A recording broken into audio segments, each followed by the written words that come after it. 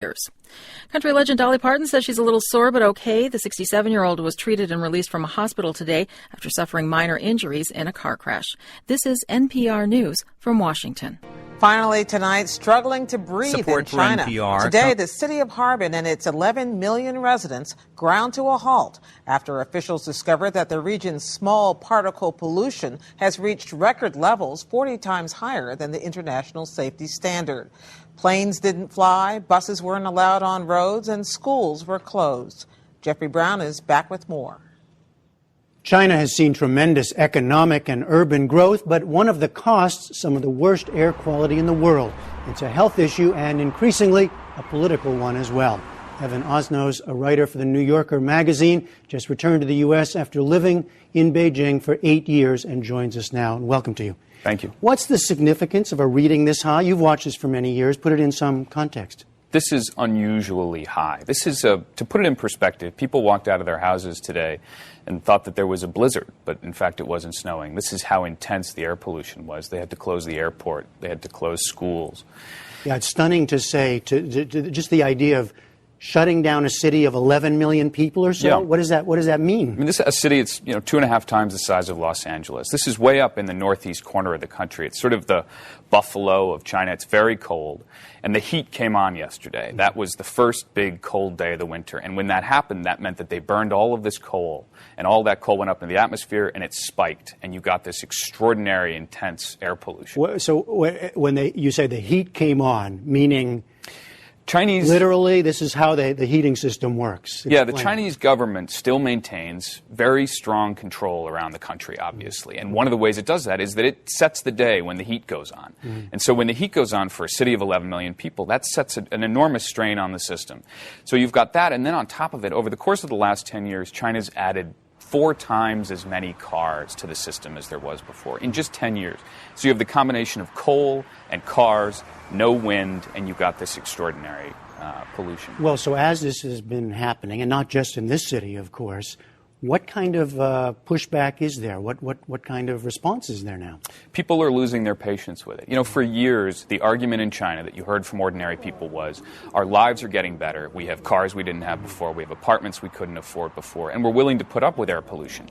They're not as willing as they were before. If you go online today on the Chinese web, you see people saying things like, welcome to the middle class. And they mean it bitterly. This is not what they wanted. Because this was sort of part of the deal, right? As I mentioned, economic growth, which was coming and has come, and that's meant huge urban growth to cities like this. Yeah. But this is also now a part of the deal people are less happy with. Absolutely. It's transformed the country. There's no question about it. People today, compared to 30 years ago, their lives are impossible to compare. However, they worry about the health of their children. Now cancer is the leading cause of death in China. They now know how many people die from air pollution every year. It's 1.2 million people.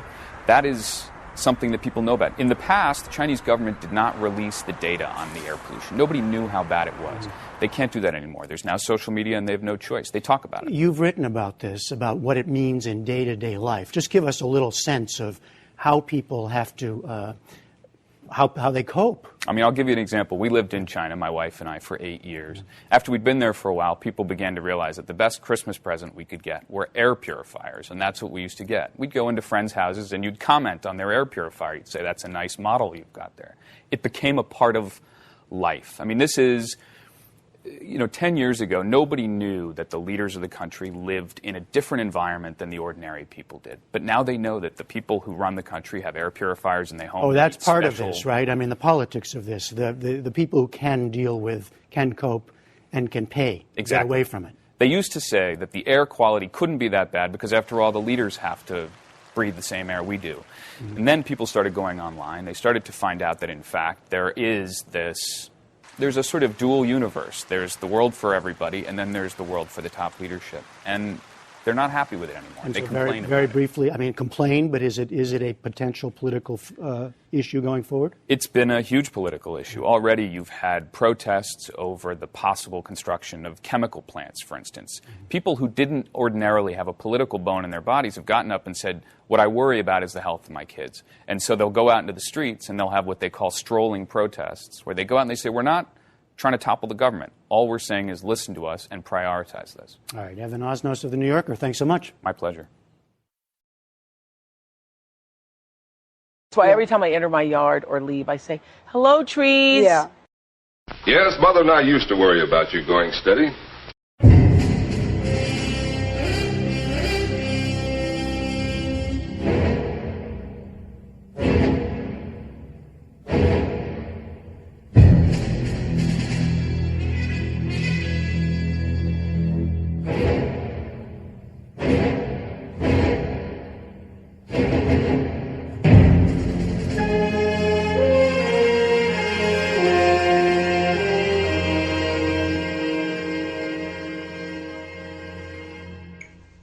Well, as I said, we have no market information for you at this point. However, we'll have a rundown of the latest in news in just a few seconds. But before we do that, I want to thank my sponsors, which includes Wishing Stars Native Creations. And, of course, the Christmas shopping season is upon us. And I'd like to take a moment to talk about a dream catcher that Chris has made. Measures 9.5 inches. Like all our other items, this is a one-of-a-kind item. And this is the first dream catcher that Chris has made out of a deer rack. You know, the webbing is done with waxed sinew with a blue and white older glass bead. Feathers are made from real turkey feathers. You know, the webbing is done with, let's try that again. The feathers on the side are made from real turkey feathers. That's what I was trying to say. With silver cone and cobalt blue beads. It's only $25. So if you'd like one like this, or this one if it's still available, give Chris a call by checking her out on Facebook at facebook.com/WishingStarsNativeCreations. And you can check out the hot link on my website at tinyurl.com/Gunther'sHouse and go to the Friends page. All right, so Wishing Stars Native Creations. All right, let's take a look at news and find out what's going on in the world today. You're listening to First Cup, a.k.a. Second Pot Edition.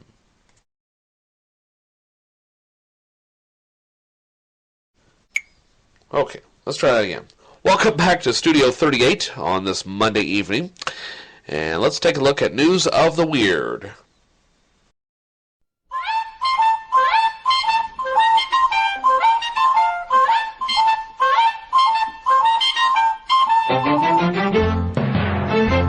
People set themselves on fire for charity. It seems that 21 people in Ohio donned fire safety suits and put themselves on fire to raise funds for charity. By being on fire for 32 seconds, they broke a Guinness World Record. The participants, once in their safety suits, were doused with lighter fluid and lit by 3-foot-long torches. They were doused with foam 32 seconds later. Fire personnel stood by the entire event, as well as 1,500 attendees. Participants said they didn't feel a thing through their suits. The event raised money for the Cleveland Food Bank and Brick by Brick, which is a non-profit group that helps impoverished people in South Africa. So an interesting way to raise money for some worthy causes. I'll have popular tweets of the day in just a moment, but I want to thank another one of our sponsors for today's program. And my friend Maria loves to take pictures of nature. She says it gives her an excuse to be outside. For years she wanted to take up photography, and so finally she did. She lives in a small rural area of Ohio, so this gives her an opportunity to photograph all sorts of things. Maria's love of nature, she hopes, comes through her work, and it certainly does. So check out her work today by going to my website, tinyurl.com/Gunther's House or /Gunther Mobile, and check out Maria Seward Fine Art today. It's time for popular tweets of the day, my friends. And you can always follow me on Twitter. Hello, computer. Just use the keyboard. The keyboard. How quaint.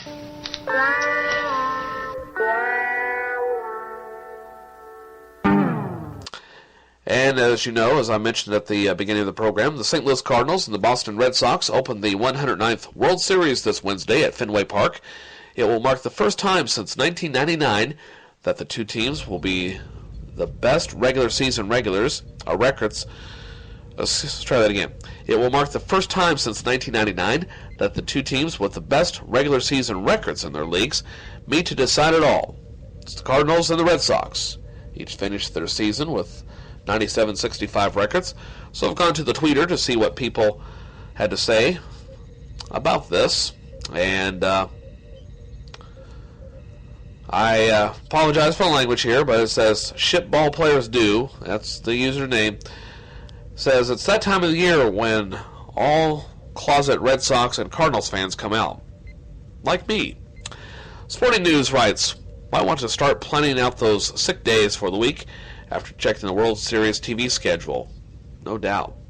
Sarah Martin writes, "The Red Sox are in the World Series. Stop pretending like anything else matters." And finally, Brandon Wilderam writes, "The one year I don't pay attention to baseball, the Red Sox Cardinals go to the World Series." Those are the popular tweets of the day. And let's see here. On Friday's show, I forgot to mention, actually I didn't forget to mention, it's just my microphone crapped out at that point. On the Friday Funnies that I had last Friday, that was comedian Jay Larson, and a bit talking about wrong phone numbers, okay? So check that out once again. It's Jay Larson on the Friday Funnies last week. Now, though, it's time for the Song of the Day. And this is something I don't remember if I played it. No, I didn't play it on Friday's show. I was hoping to, but didn't get an opportunity to because, with all the microphone issues, and I decided to sign off early. So, it's time for the Song of the Day, and give me a moment to get my notes up here and wait for my computer to respond. I could pause this, but that would be cheating, wouldn't it? But I may have to because WordPad says not responding. Microsoft, I haven't messed around with Windows 8 all that much yet, but could you stop with the not responding bit? I can tell it's not responding. You don't need to waste RAM telling me that a program is not responding. That's like putting a light on your dashboard saying when your engine's not running, engine not running, engine not running. Well, no shinola, Sherlock. Yes, I'm a little irritable. I apologize. I'll snap out of it. I'm going to have breakfast here in a few moments. And you're going, "Yeah, but it's middle of the night here." Well, it is by the time you hear this program. Oh my God, computer, come on. I think this machine knows that it's about to be replaced. So it's going, "I ain't going to cooperate with you anymore. You're an asshole, Joe." Oh, my computer's got an attitude. I'm trying to think what the song of the day was. I forgot what I've selected. I remember the contingency. Yeah, I remember now. It was a Chuck Berry song because Friday was Chuck Berry's birthday. He turned 87. I could do this from memory. There are a few things I remember about it, so I may just end up doing that. But this is way more entertaining, because this almost sounds like live radio. Okay, for some reason my computer's being a pain in the ass about this, so I don't think it's going to load the program. Come on. Well, fuck it. Oh, weeping Jesus on the cross. Come on. Are you kidding me? Well, alright. Fine. Computer, you win. Song of the day is Chuck Berry, and recorded this in the early 60s, and he wrote this song while he was in prison for, if I'm not mistaken, I think he was convicted of sexual misconduct or tax evasion or something, and I don't remember exactly what it was. But anyway, he wrote this song while he was in jail, so I think it was probably for voyeurism type stuff. I'm trying to think of what it is. Anyway, yeah, WordPad's not going to respond. But anyway, Chuck Berry wrote this song. It's Nadine. It's my favorite Chuck Berry song. Turned 87 on Friday. Here you go. As